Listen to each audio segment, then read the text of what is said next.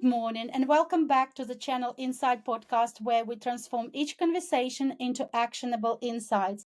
I'm your host, Dinara, and today we're going to talk about my favorite topic, partner management. And I'm absolutely thrilled to be joined by Curtis Brinkerhoff, Chief Revenue Officer from Impartner. Welcome to the show, Curtis. Hey, thanks, Dinara. Good to be here. Thanks for having me. Curtis, I'll start by saying, what is in common between us? Do you know this? What is in common between us? Yeah. I don't know this. I should know this, shouldn't I? Yeah, I'll tell you, it's probably the love for Impartner. I'm a great fan of Impartner. I'm a great champion. I use Impartner on a daily basis. But why don't you just start by saying a few words about Impartner? What does it do, and what is your role at Impartner? Yeah, thank you. So, Impartner is a leading platform technology in helping scale partner ecosystems. So, we help automate everything from co-sell motions to partner revenue optimization and integrate with all the major CRMs to help drive revenue for and through the partner ecosystem in your business. Curtis, as I said, I use Impartner on a daily basis, and I've been using so many PRM systems during my career. But what I've noticed as well is that any new functionality that gets developed, they're kind of in line with the changes of the partner management. So, how has the partner management evolved over the years, in your view? Yeah, it's evolved quite a bit. So when you think about, kind of partner ecosystems in general, along with just general business and market conditions, everything is constantly changing and evolving, right? So you have to be very agile in terms of your strategy and go-to-market approach with partners and how you share that with them. But then also having a technology that can support that with being agile to adjust to the go-to-market motion. So when you think about those co-sell models or ecosystem driven models with the advent of, let's just talk about marketplaces today, right? How do you start to play meaningfully in a marketplace and be able to track that with partners, because the influence of partners may not be immediately seen and is no longer a common deal reg, right? You take that together with AI. AI has certainly been the largest catalyst in market change that anybody has seen in decades. So that's a significant impact as well. But all of those things together don't mean a whole lot if you don't have data behind it to make decisions. So being able to see not just deal reg data, but how does deal registration or marketplace transaction or MDF or all of those above things play together to drive data that allows us to make decisions and drive automation through AI is a significant change in the market that we see and that we're excited to embrace and see where it takes us in the future. I'm glad you brought this magical two words AI, because this channel podcast is all about technologies and the impact of AI in the channel. So, hence my next question: how do you see AI playing a role in the future of partner management? You've just mentioned it is evolving, obviously, but can you expand and elaborate a little bit more on this topic? Yeah, so AI is a very new topic for a lot of the partner ecosystems, and you see a lot of folks talking about automation of translation or recommended documents or documentation based on deal reg data and things like that, which we love and we absolutely agree with.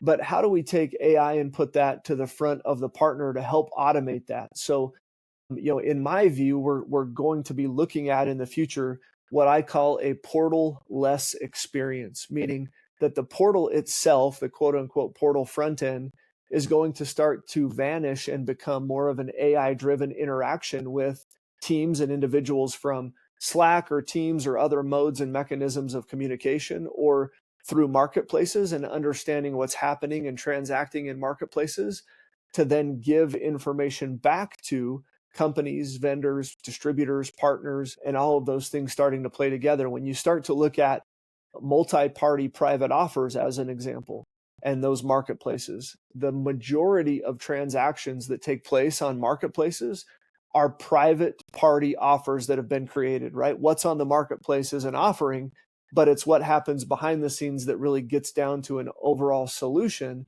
that allows that to come to the forefront. Well, how do we take that, learn from it, and start to drive more of packaged co-sell offerings that AI can actually help recommend or drive that becomes very influential to revenue. And so I see AI not only impacting front end marketing experience, newsletters, things like that for translation and automation of content, but getting very influential overall in how you really lead to outcomes in those types of plays. So I'm really excited for where we're headed and where the market's headed and how that's going to influence partner business and kind of reshape the way that we conduct business overall in that partnership space, be it manufacturing, tech, semiconductors, computers, or of course the SaaS technology space.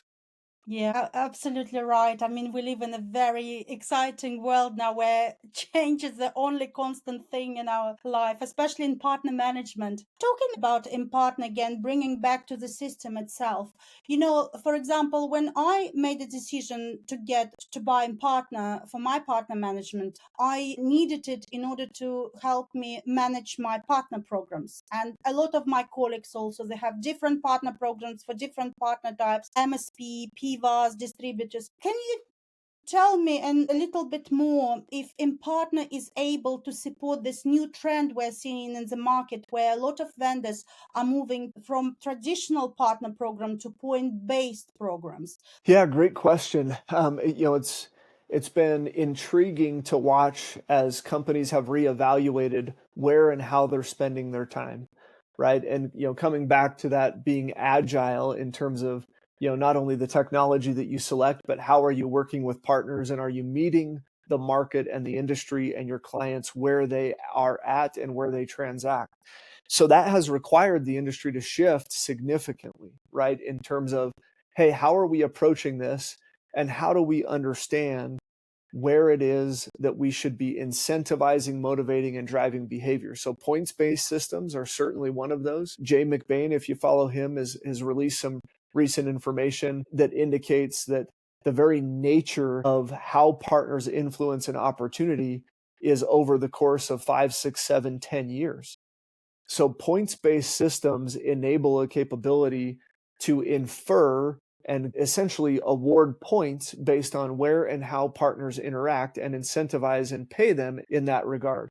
So a system that is not capable of looking at the data, the interaction points, and the analytics behind that is certainly going to struggle in the future. And so I'm very thankful to say that we several years ago started to incorporate a database structure that not only could integrate with key other systems that are out in the market, but also within our own platform, the analytics that we have and use and take advantage of being incorporated allows us to support a points-based system and to use those mechanisms to award points based on actions that actually happen in your partner's world as opposed to them having to log everything with you, right? So when I talk about that portalless experience or interconnectivity, we can actually look downstream at the partner's actions and partner's environments or what's happening even on their websites with syndicated content being on their website of what's happening and bring that back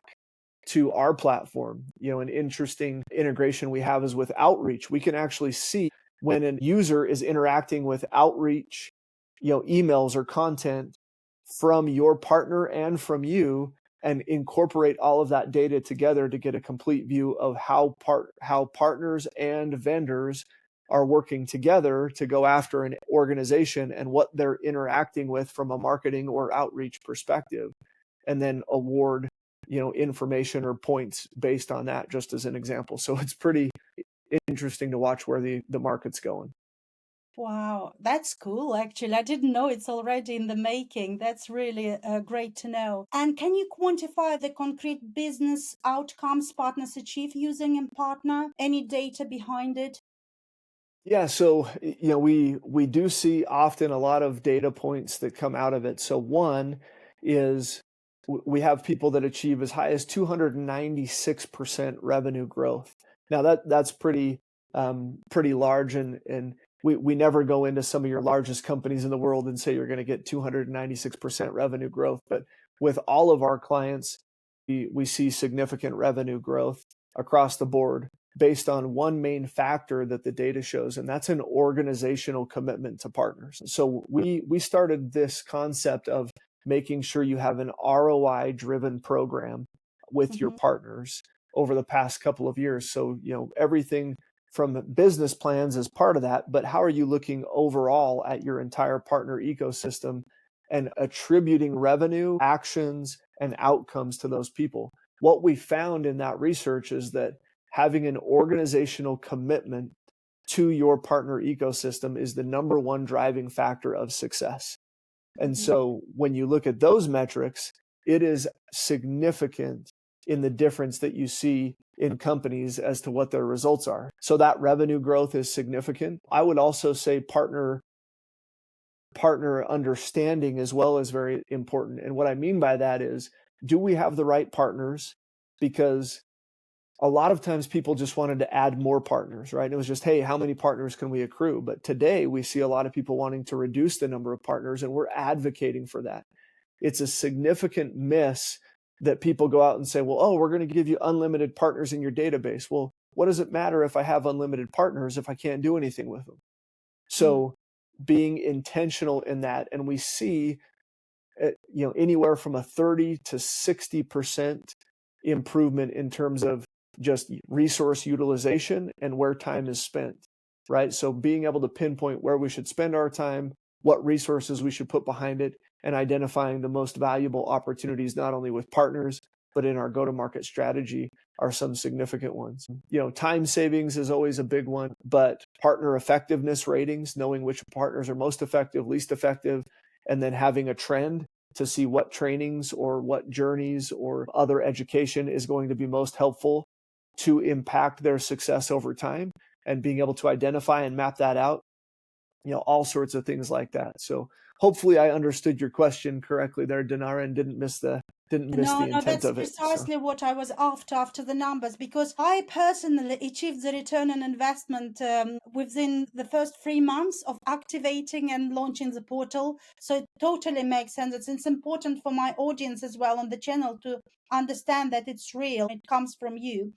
Talking about partner activation and engagement as well, a lot of companies, when they launch the portal, they struggle with partner activation and engagement. Sometimes people say, partner portal is dead. Why would you need a partner portal? And those who did invest into the partner portal sometimes see that partners do find it very exciting to start off with, and then they kind of start dropping off. Are there any strategies we could put in place in order to activate and increase the partner engagement? yeah, absolutely. Building momentum initially, and some of the hype and excitement around what you're doing is very important, but organizing your rollout to be very intentional and well thought out is important and often overlooked, right? So it's really difficult to roll everything out at once and get people to figure out and acclimate to the idea that, hey, we have a new partner program. Here's the new setup and the new construct, and here's all the incentives, and here's all the trainings. And we have a tendency to kind of do a brain dump on our partners and then expect them to embrace that all, right? So the first thing I would say is, don't do everything at once. You want to pace it out over the period of 4 to 6 months of what it is that you're asking them to do, and making sure that you've kind of got that construct built in your mind around what that partner flow is like. The second thing that I would say is very important is how your communication style and function go along with that strategy. So things like newsletters are largely overutilized and not very intentional today, and they're not specific, right? Content isn't specific. It's not based on user and role and region. So newsletters often are not read, and if they are, only 3 to 5% of that newsletter is pertinent to the people that you're sending it to. Mm. You really have to think about a solution that will help you deliver the right content at the right time to help drive partners back to that. The other piece that I would say is making sure that you get them connected at the desktop level, right? So today I don't even know how many emails I've got in my inbox right now that are unread, but I Mm. know that when a Teams message or a Slack message comes through, that I see that. So thinking through that as part of your strategy when we talk about that desktop integrated experience leveraging AI, leveraging automation and capabilities that a good platform should provide, you can start to create reminders that say, hey, this document's useful for one of your opportunities. This particular thing will help guide you in our process to be more profitable. And putting that at the user's desktop to bring them back to the platform and environment and help them advance is going to be critical for the overall success and, frankly, automate their job. A lot of times we forget that these partner people we're dealing with are salespeople. Salespeople are distracted by shiny objects. We have to keep them focused with the right things at Yes. the right time that helps put money in their pocket. So that's what we want to make sure we centralize around in terms of how much we give them, how much we ask them to do, and then how we bring them back to re-engage when it matters most for them, not when it matters most for us. Interesting. Talking about AI and expanding a little bit, does Impartner see AI as a threat potentially? And let me elaborate a little bit more. For example, I see a lot of startups now offering partner portals for $100, a very small ticket. So why choose Impartner over alternative PRM solutions? That would probably be my question. Yeah, great question. And I really appreciate it, honestly, because one of the things that comes up is, really what are we trying to do for the business, right? If all we want to do is register an opportunity and be able to track it, then that solution may work for you, right? And if it does, then that's fantastic. But in organizations that have a strategy focused on partners and they want to grow by 20, 30, 60, 70%, you've got to be able to figure out what it is that's making your business successful overall and how to incentivize and drive those behaviors while adjusting to market conditions. When you get to a program driven construct that goes well beyond deal registration, but needs to align my distributor community, needs to align my VARs, my SIs, my ISVs, etc., and I need to have joint collaboration in real time on a co-sell opportunity, there is no $100 a month solution that's going to get anywhere near that. Right? Right now, we're working on a project with a couple of companies, and I know I can mention TD Synex as one of the distributors we're working with. We're building integrations with those distributors that are enabling us to simultaneously have 5 partners involved in an opportunity with distribution and eliminating all of the manual entry that happened before, right? Hey, a partner registered it, then we got to go to distributor. Distributor has to then put it in their system. And then we've got to have a salesperson collaborate back and forth through a deal desk to try to get that opportunity to go anywhere, right? That's all dead these days for that type of collaboration to happen in a real platform that's going to support seamless integration across the ISV, the distributor, and the vendor. But that's something that you're never going to get by looking online or at a G2 review to understand that those things can really come together. So I would say that, in my mind, setting aside all of the partner logos, is the heart of how business functions that's going to make a difference in your revenue stream as to why a platform like Impartner is going to make a significant difference compared to the competition. And I suspect that this is how the best-in-class partner relationship management looks like from the lenses of Impartner, based on what you've just mentioned. We're wrapping up our insightful discussion. But before I let you go, Curtis, tell me, what does a day in the life of a Chief Revenue Officer look like? What do you wake up? What inspires you to work for Impartner or just in general? Yeah, I appreciate that. The two things that really inspired me the most, and I could obviously rattle off several more, but the two main things for me are building a successful team and building successful businesses with our clients, right? I love being able to work with my team on very complex problems for the leading organizations out in the market, right? That say, hey, we want to find new ways, new strategies, new approaches to doing business and challenge the status quo, right? When you think about security and compliance and time to revenue and ROI and all those things that you mentioned as to why you went with Impartner, those are the conversations that I love to get into with people to say, how are we going to do something different instead of just try to get to a quote unquote portal, right? So to me, that's inspiring. And then how I get to do that across the globe with all of my fantastic team members, with wonderful partners like you and some of those that we've talked about on this call, that to me really gives me a different view of where the market, where the economy and everything can go, as opposed to getting stuck and mired in just kind of my own mindset. So for me, those things are really exciting to just work on every day as a CRO. And it's very inspirational. And I truly believe that with Impartner, the channel world is much, much stronger. Thank you so much, Curtis, for your insights. It's been a great discussion, and thank you for your time. Thank you, Dinara. Appreciate it.